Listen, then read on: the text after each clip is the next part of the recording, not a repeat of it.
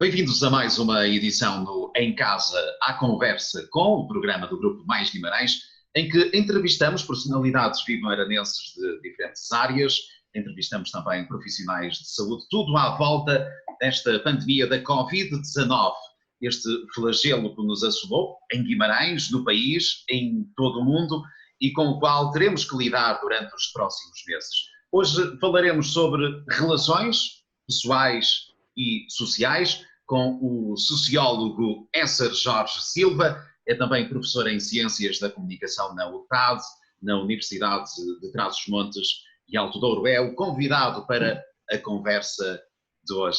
Olá, Esser, como estás? Olá, Eliseu. Como é que têm sido os teus dias, este último mês de confinamento? Tem sido um tanto iguais aos dias da maior parte das pessoas, confinados em casa.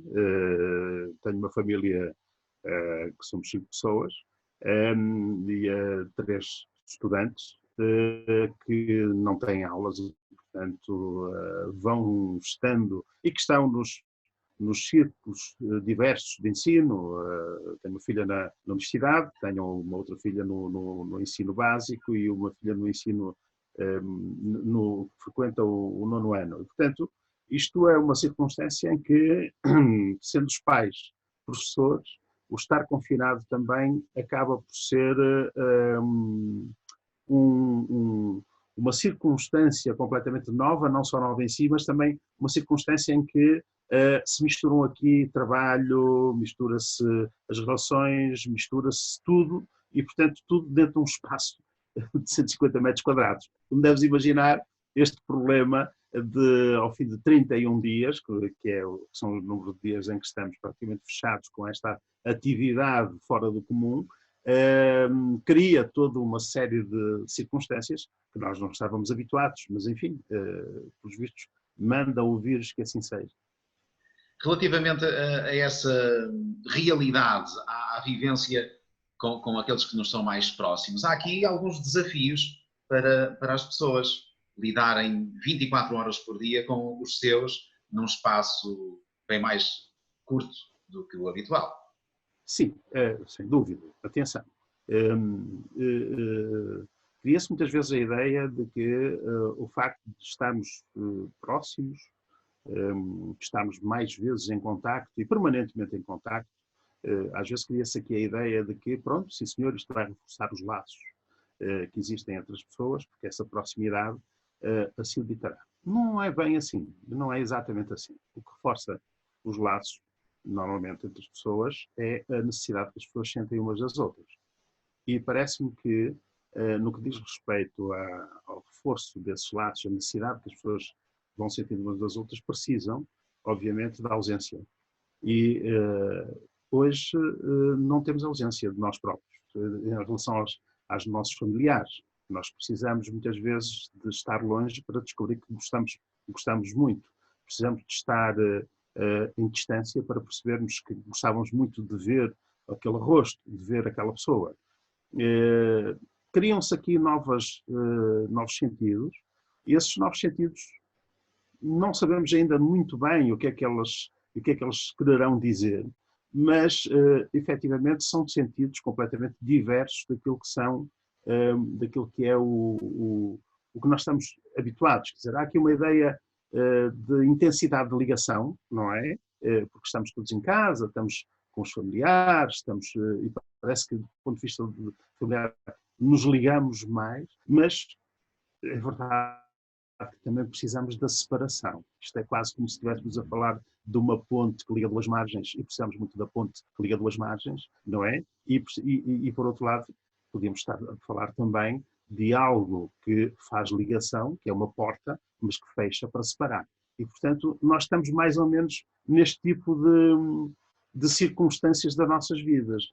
Precisamos urgentemente, talvez, de regressar àquilo que é o nosso mundo construído, que nos possibilita, durante um dia, durante uma semana, durante um mês, durante os tempos, possibilita-nos experimentar bastantes sabores de ausência, de presença, do olhar, do toque, e do sentir também que precisamos da pessoa quando estamos ausentes. Precisamos muito disso, acho.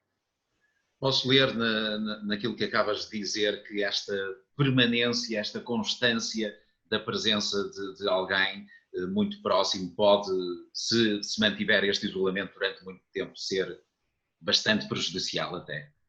Sim, em algum aspecto creio que sim. Porque, repara, porque nós somos seres do mundo aberto. Somos seres que necessitamos bastante de outros. E precisamos muitas vezes do outro que nem conhecemos. Eu noto, das poucas vezes que saí à rua para fazer uma outra compra, que quando vou num passeio e vem outra pessoa no mesmo passeio na minha direção, eu impus-me a mim próprio não mudar de passeio, mas noto que muita gente muda de passeio. E isso cria em nós a ideia de que provavelmente há ali uma dupla preocupação, que é da pessoa ver no outro uma ameaça, mas ao mesmo tempo também de a própria pessoa que muda de passeio ver no outro alguém a quem ele deve defender, não se cruzando com ela, porque, enfim, acha que só o cruzar-lhe pode prejudicar do ponto de vista da sua saúde.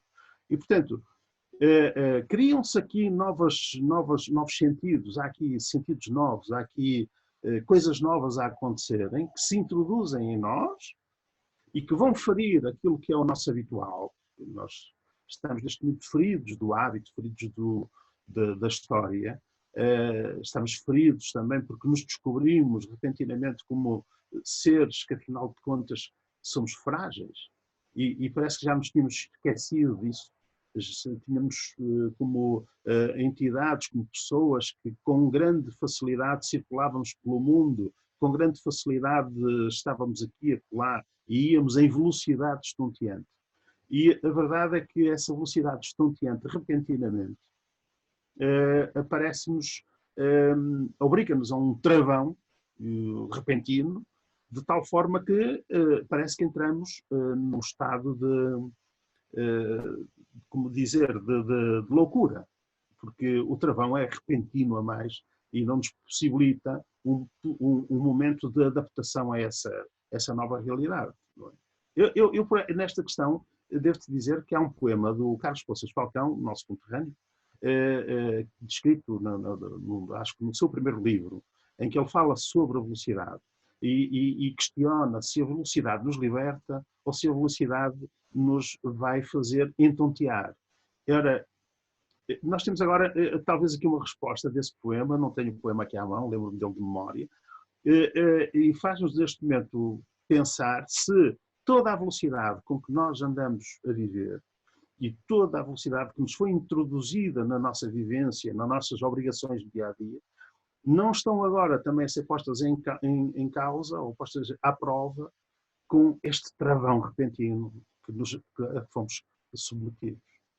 Estamos em casa, não estamos na rua, não podemos sair, há fronteiras, há polícias que não nos deixam circular, não podemos ir para onde nós queremos, não temos liberdade. Tudo isto é novo em nós.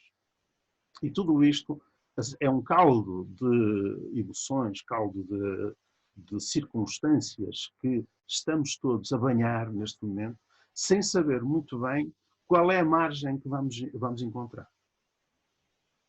Relativamente às relações sociais, haverá grandes alterações no final desta epidemia, deste momento em que estamos todos fechados em casa com os nossos? Quando sairmos à rua, como é que imaginas que vai ser? Olha, às vezes, quando estamos a ensinar, principalmente quando estamos a ensinar imagens, quando estamos a ensinar relações, eu proponho a muitos alunos fazerem um exercício que é de imaginar que nós não... Uma circunstância em que não houvesse espelhos, não há reflexos. Imaginemos que não há reflexos. E se nós podemos fazer esse exercício agora, e que não havendo reflexos, não havendo espelhos, a água não nos poder refletir o nosso rosto, não temos nunca a possibilidade de vermos o nosso rosto. Se nós não tivermos possibilidade absolutamente nenhuma de vermos o nosso rosto, nós só nos vamos conseguir rever no rosto do outro, naquele que se cruza connosco, naquela pessoa que se nos apresenta e nas circunstâncias em que podemos conversar com elas. Ora, penso que pode vir a haver alterações hoje em dia do ponto de vista daquilo que é o nosso modus vivendi, digamos assim. De certa forma, é imposto por variadas circunstâncias, variadas dimensões, pela economia, pela saúde, por variadas situações. Mas há uma que não muda, seguramente, é a necessidade que nós temos do outro. E provavelmente, ao descobrirmos e ao regressarmos a este estado de fragilidade em que hoje nós nos sentimos, porque todos nós nos estamos a sentir efetivamente que um agente exterior invisível não é um agente de fronteiras, como muita gente gosta de dizer, o vírus é chinês. Não tem nada a ver com isso. É um agente que não tem fronteiras. Nem é chinês, nem é... E tudo isto, como é que algo exterior, intermetendo-se junto de nós, na minha opinião, temos que compreender que mais nos aproxima do que efetivamente nos faz distanciar. Eu julgo que, do ponto de vista das relações, quando isto acabar, espero que acabe brevemente, nós vamos ter possibilidade de repensarmos bastante aquilo que são as nossas relações sociais. E acho que a necessidade que temos sentido nestes dias de voltarmos a ter coisas simples, como estar sentado com amigos e pessoas conhecidas só pelo prazer de poder olhar para elas, nos vai trazer uma novidade, digamos assim, do ponto de vista de algo que parece que já nós tínhamos perdido, imerso naquela velocidade, voraz com que estamos a viver, ou estávamos a viver. Relativamente e voltando ao final desta pandemia que todos ansiamos, de certa forma, provavelmente é por isso que as minhas questões vão quase todas nesse sentido também. Ao nível de preocupações com o que virá a seguir, há a possibilidade de entrarmos numa recessão económica muito forte. Que problemas sociais, que problemas pessoais poderão daí advir? O que é que mais te preocupa? Certamente já terás pensado nesse cenário que teremos à frente desta pandemia. Olha, vamos ter efetivamente um problema de recessão económica, pelos vistos já não há dúvidas. Eu, no início disto tudo, quando os governos resolveram tomar medidas de confinamento, obrigar as pessoas a ficarem em casa, primeiro não foram obrigadas, mas a seguir houve a instalação de estados de exceção, não só em Portugal, como praticamente em quase todo o mundo, e essa obrigação me pareceu que iria gerar um tipo de intervenção dos Estados quanto à economia diferente daquilo que seria uma crise económica do que ocorreu quando quando a própria economia, digamos assim, as próprias finanças criaram uma crise em si. Eu disse a algumas pessoas, falando não acreditava que os Estados fossem tão insensíveis ao ponto de dizerem, sim senhor, nós temos que salvar as pessoas, pedindo-lhes para ficar em casa e largarem os seus trabalhos e deixarem de fornecer a sua capacidade à economia, mas ao mesmo tempo depois desapareceu a capacidade dos Estados em intervencionarem junto à economia e dizerem, agora vamos intervencionar no sentido das pessoas não serem prejudicadas pelo facto de terem que ficar em casa para debelarmos aqui coletivamente um problema. Eu julgo que há aqui um problema grave no que diz respeito, pelo menos, à Comunidade Europeia, há seguramente. E o António Costa, nosso primeiro-ministro, tem estado muitíssimo bem. Porque o que quer dizer é que nós temos, de facto, uma comunidade europeia, digamos, uma federação de países, digamos assim, que para funcionar, enquanto toca ao dinheirinho, têm muitas dificuldades em serem verdadeiramente países que olham uns para os outros. Não olham. O que quer dizer também que, por outro lado, olhando para aquilo que ocorre noutras geografias, nomeadamente, por exemplo, no Canadá, nomeadamente, por exemplo, na Alemanha. A Alemanha, há uma história que li ontem de um indivíduo, escritor português, mas que também é alemão, que vive entre cá e lá, e que dizia que tem lá uns amigos, contactou os amigos, tinham uma empresa, tinham 4 pessoas, 4 funcionários, e a Alemanha abriu uma linha de crédito imediata, crédito, fundo perdido, imediata para as empresas, que era aquilo que eu pensava também que iria ocorrer aqui em Portugal, para lhe dizer a verdade. Mas a Alemanha abriu isso e essa empresa, desses seus amigos, pediram esse apoio. E perguntava então, esse escritor, aos seus amigos, mas então já tiveram resposta. E diziam então os alemães, não, a resposta ainda não tivemos. O que nos puseram foi 10 mil euros na conta. Portanto, que é efetivamente aquilo que se pretendia nesta altura, de certa forma, dito grosso modo, seria o seguinte, seriam os próprios Estados a reconhecerem que se tratou aqui de existência de um problema mundial, global, e que não há absolutamente forma nenhuma de deixar de ocorrer às pessoas e de salvaguardar a economia que não seja criando uma dívida pública estendida para o futuro, para ser paga no futuro, e para salvarmos todos. Portanto, a economia devia estar ao serviço das pessoas. Não me parece que vá ocorrer isto. Com os dias passando, neste momento concluo que o que vai acontecer é que vão ser os próprios indivíduos, as próprias pessoas que foram obrigadas a ficarem confinadas, tudo bem, foi para salvar as suas vidas, mas foram obrigadas a isso, vão ter que agora encontrar soluções para as suas empresas, para as suas dívidas, para a ausência de salários, para tudo isso. Portanto, parece-me que neste aspecto os Estados europeus não têm estado muito bem e principalmente a Comunidade Europeia não tem estado muito bem. E o que é que pode advir daí? Dessa ausência, dessa não ação dos Estados pode criar situações muito delicadas a nível social. Uma ausência de solidariedade, não é? Há uma ausência de solidariedade, é completa. E é fácil de explicar porque é que essa ausência de solidariedade se dá quando não se devia dar. Olha, a Alemanha tem estado, curiosamente, ao lado desta solidariedade. Por uma razão simples, a Alemanha precisa de vender, é a grande produtora de grandes bens, como automóveis, como grande tecnologia. E precisa dos países, o seu grande mercado, efetivamente, é o mercado europeu, e os alemães perceberam isso imediatamente. Mas há outros países, como por exemplo a Holanda. A Holanda não, é um país que não fornece praticamente nada à Europa. A única coisa que a Holanda fornece, entre aspas, é a possibilidade das empresas se alocarem em residência na Holanda e aí pagarem os seus impostos, porque pagam menos impostos. Portanto, a própria Holanda está a criar um próprio problema para si próprio quando diz que não faz parte do sistema de solidariedade, que é isso que está a dizer. Ora, eu estou absolutamente de acordo, e até sou, de certa forma, insuspeito, o António Costa não é o meu modelo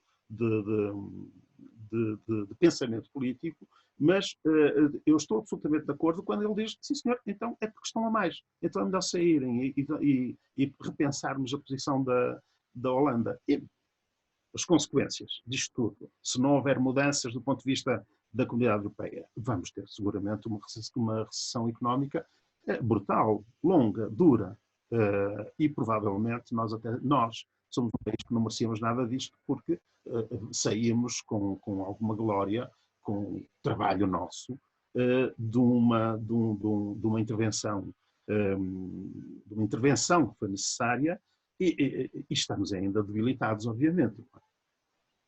A nível local e nacional, haverá necessidade de reforçar a solidariedade com aqueles que ficarão pior no final desta pandemia e com essa recessão? Olha, o que efetivamente, um dos aspectos que seguramente nós temos todos que pensar a nível mundial é se os indivíduos que se apresentam aos países como não políticos para acederem à política devem efetivamente ser indivíduos aceitos na política e devem ganhar eleições. E estou a dizer isto tendo em consideração alguns exemplos, um deles nos Estados Unidos, de onde nós percebemos que aquilo que nós pensávamos que era o país, o grande império, o país de grande domínio mundial, na realidade, afinal, é um país de uma fragilidade inqualificável, de um certo ponto de vista, também porque o seu líder não tem condições, não tem qualidades para liderar.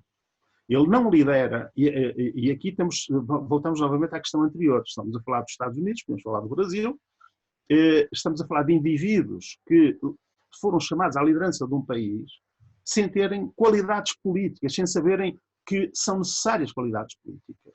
E então, como foram chamados e aceitaram participar no espaço político, agindo como se fossem empresários, verificamos hoje que a política não é propriamente espaço de empresários. A política é um espaço de si próprio. Tudo é político. E a economia é política. E, portanto, mas a política é que está acima de tudo. Nós precisamos de decisões políticas neste momento, não precisamos propriamente de decisões económicas. E se não houver decisões políticas corretas, decisões que possam abranger grande parte do mundo, vamos ter seguramente problemas graves. Mas eu penso que países como os Estados Unidos, países como o Brasil, países que não têm tido, mesmo a Inglaterra, que corrigiu o seu tiro, porque a Inglaterra, graças a tem uma sociedade civil forte, e a sociedade civil obrigou o governo inglês a mudar o seu comportamento. E agora o próprio Boris Johnson aparece, de repente, no seu discurso quase a dar aleluias à existência de um Serviço Nacional de Saúde, que nós sabemos do ponto de vista do seu qualificar liberal, não seria propriamente algo que ele defendesse anteriormente, mas neste momento nós percebemos que há aqui qualquer coisa de grande mudança do ponto de vista político, a nível mundial, mas percebemos ao mesmo tempo que trata-se de uma mudança que exige que apareçam os políticos verdadeiramente, no sentido verdadeiro da palavra, líderes, com capacidade de liderança e com capacidade de tomada de decisões orientadas para os cidadãos.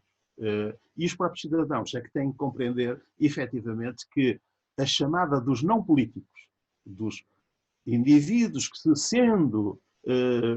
que tendo grandes resultados nas suas vidas económicas, porque são empresários, construtores civis e tudo mais, não é uma garantia de que esses indivíduos sirvam para ser decisores políticos. Não são seguramente. E isso é uma descoberta que estamos a ter agora. Este momento de uma certa fragilidade pode levar ao surgimento de alguns movimentos políticos diferentes daqueles a que estávamos habituados, ou para o reforço desses movimentos já existentes e mais extremistas? O que é certo é que este momento retirou os movimentos nacionalistas, os movimentos extremistas, retirou-os do espectro, digamos assim, da discussão pública, não é? O que faz agora, a esperança que temos é que num futuro se perceba que foi necessário neste momento grandes decisões muito corajosas do ponto de vista dos países, digamos assim, do ponto de vista dos governos, para que as coisas não fossem piores. Vamos ver o que é que isto dá. Há alguma expectativa de que os movimentos nacionalistas vão emergir. E nós já percebemos isso a partir do momento desse discurso de que há uma China dominadora, de que é preciso os países agora fecharem-se à China, porque a China vai-se lançando essa boltada de que criou um vírus para depois poder dominar o mundo, que é manifestamente uma boltada, mas há aqui alguns elementos que podem levar, de facto, ao aparecimento a seguir disto tudo, ao aparecimento de movimentos e reforçar os movimentos nacionalistas. Mas também é verdade que isto é uma boa hipótese para as pessoas compreenderem aquilo que eu disse anteriormente, que é só os países que tinham políticos verdadeiramente com capacidade de ação política é que conseguiram entrar em força no combate a este vírus. Acreditas que haverá alguma transformação geopolítica com este reforço do posicionamento da China no mundo? Sim, aliás, já vinha de trás. Os Estados Unidos, manifestamente, não têm hoje nenhum poder do ponto de vista geopolítico. O seu poder é absolutamente limitado. Quer dizer, os Estados Unidos ainda vivem com a ideia de que são uma grande potência, e são, efetivamente, uma grande potência, mas ao nível daquilo que são as potências que dominam o mundo, os Estados Unidos deixaram que as suas eleições internas fossem dominadas pela Rússia. Portanto, o presidente dos Estados Unidos foi eleito declarando grande amizade à Rússia, que é uma outra potência. Foi eleito não conseguindo perceber o que é a China. A China, como nós sabemos, é um país com dois sistemas. É um sistema de partido único, de domínio de partido único, portanto, de uma ditadura, digamos assim, mas ao mesmo tempo é um país de liberdade económica. Talvez neste momento, do ponto de vista do jogo do capitalismo, a China é provavelmente o país mais capitalista do mundo, sem ter a vertente necessária que é a liberdade política. Não há liberdade política, não há liberdade de expressão. Mas é, do ponto de vista, de um certo ponto de vista, a grande nação do capitalismo. Há dias ouvia-se o Presidente dos Estados Unidos a dizer, bem, se calhar é preciso, nós agora estamos a ver que é preciso pedir às empresas, aos nossos empresários que produzem fora da América, voltarem a produzir dentro da América. E dizíamos também aqui na Europa que nós que tomamos tanto paracetamol, não temos uma fábrica na Europa de paracetamol, elas são na Índia. Portanto, tudo isso cria aqui uma circunstância hoje que foi visível verificar-nos nesta altura, em que provavelmente o mundo a seguir vai ser visto de uma outra forma. Completamente, não tenho quase dúvidas absolutamente nenhuma. Olha, e deixa-me só dizer-te uma coisa só para acrescentar. Do ponto de vista da ciência, por exemplo, neste momento, nós todos estamos em casa, quase rezando para que a ciência nos resolva este problema.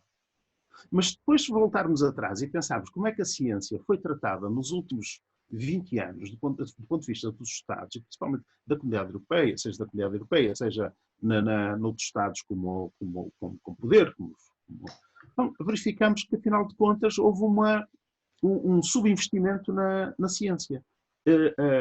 A ciência funciona de uma forma muito particular. A ciência não é propriamente como a economia. Quando nós temos uma solução científica, quer dizer que para se chegar a essa solução da ciência foi preciso anular uma imensidão de hipóteses. Anular a imensidão de hipóteses custa muito dinheiro. E até chegarmos àquele momento em que alguém dirá eu descobri, e que fica com os louros da descoberta, muita gente no mundo inteiro trabalha para anular hipóteses. E, portanto, isso configura muito dinheiro, muita necessidade de investimento que os Estados, nos últimos anos, resolveram desviar-se desses investimentos. Porquê? Porque se criou a ideia de que a ciência é o resultado e não o processo. Mas não, a ciência é um processo e é preciso estar permanentemente a ser financiado para que nós possamos chegar a estes momentos como chegamos agora, em que temos grandes necessidades de uma vacina. E a própria ciência, se calhar, se tivesse sido financiada mais lá para trás, estaria agora em melhores circunstâncias de, com mais rapidez, poder descobrir essa vacina. O que não, já percebemos, vai demorar bastantes meses a ocorrer. Nesta altura ainda não há graves problemas, diria, pelo menos com a dimensão de outras partes do globo, em África, um território que te diz muito, Cabo Verde em particular. Preocupa-te que esta pandemia chegue em força também àquele território mais vulnerável? É óbvio, absolutamente. Preocupa porque, normalmente, quando há este tipo de fenómenos, nós sabemos perfeitamente, pela história de outro tipo de fenómenos lá para trás, nós conseguimos perceber que as grandes vítimas são não só as classes mais populares, mais pobres, mais empobrecidas, como também os países mais empobrecidos. E, efetivamente, do ponto de vista daquilo que se passa em África, existe ainda hoje, uma pobreza bastante larga. E assim como também ocorre no Brasil, não é? Como nós temos verificado, E sem dúvida que é uma preocupação, sem dúvidas, e principalmente porque também, apesar de existir a OUA e de África ter as suas organizações também supranacionais que agem nestas situações, é preciso ver que em África houve um vírus que não chegou à Europa, o ébola, e que foram, apesar de foi a ciência, obviamente, que encontrou depois uma solução para o ébola, mas foi em África que eles morreram milhares de pessoas com o vírus ébola. Esperemos que este vírus não ataque tão ferozmente em África como tem atacado na Europa. E esperemos também, eu não sei se ocorreu em África uma vacinação, em África, nos países africanos na totalidade, uma vacinação da tuberculose obrigatória, não tenho essa informação, como ocorreu em Portugal. Há quem diga que Portugal, o vírus, o Covid-19, tem tido muitas resistências porque em Portugal a tuberculose foi uma vacina obrigatória, há países onde não foi obrigatória, como em Espanha, e há quem admita que isso está a fazer agora diferenças. Eu não sei como é que as coisas vão ser em África, mas tenho bastantes receios, efetivamente, daquilo que vai ocorrer. Para terminarmos esta nossa conversa de hoje, Esser, peço-vos aqui algumas dicas, algumas sugestões para as pessoas lidarem com este período de confinamento, para gerirem aqui as relações com os outros, com elas próprias e para gerirem também este tempo incomum que nós vivemos. Isso é algo um bocado difícil, porque depende muito sempre daquilo que são os interesses pessoais de cada das pessoas, não é? Eu, por exemplo, consigo refugiar-me na leitura e, a partir da leitura, fazer grandes viagens. A juventude hoje em dia tem essa possibilidade de, com os seus ecrãs, também fazer as grandes viagens, digamos assim, sempre ecranizadas com as imagens, portanto são uma geração de imagens, digamos assim, e portanto, se calhar esta não é a altura para os pais se chatearem demasiado com os filhos, porque eles estão sempre com o telemóvel, estão sempre a aceder a ecrãs e passam muito tempo com o telemóvel. Este provavelmente é um espaço, é um tempo em que a compreensão daquilo que cada um necessita deve estar mais presente. Eu sei que nós não somos propriamente um povo, os nossos mais velhos, digamos assim, para usar uma expressão que é cara em África, os nossos mais velhos não foram pessoas educadas na leitura e, portanto, nem sequer são pessoas educadas com alguns interesses, muitas delas, estou a falar mais das classes populares até, e essas pessoas têm uma grande dificuldade em passarem o tempo. Principalmente, por isso é que nós vemos a tendência dos mais velhos irem para a rua. Eu não sei quais seriam ou quais devem ser as melhores soluções ou estratégias para convencer os mais velhos a ficarem em casa. Mas a leitura é um bom refúgio. Ver filmes é um outro bom refúgio. Ler jornais é um outro bom refúgio. Tentar antecipar aquilo que seriam as matérias a dar nas aulas é um outro bom refúgio, porque há várias formas de se aceder até às matérias que se devia estar a dar na escola, mas pronto, não se está neste momento a dar. Enfim, eu não tenho muito também por onde trazer de estratégias às pessoas para esta altura, mas principalmente talvez seja mesmo as pessoas terem uma grande capacidade para se tolerarem umas às outras, porque de facto, ao fim de 31 dias em casa, convenhamos que começa a ser demasiado. Já é de facto algum tempo. Já. Esser, um grande abraço e obrigado por este momento, por esta conversa no Mais Guimarães. Obrigado, Will. Um abraço.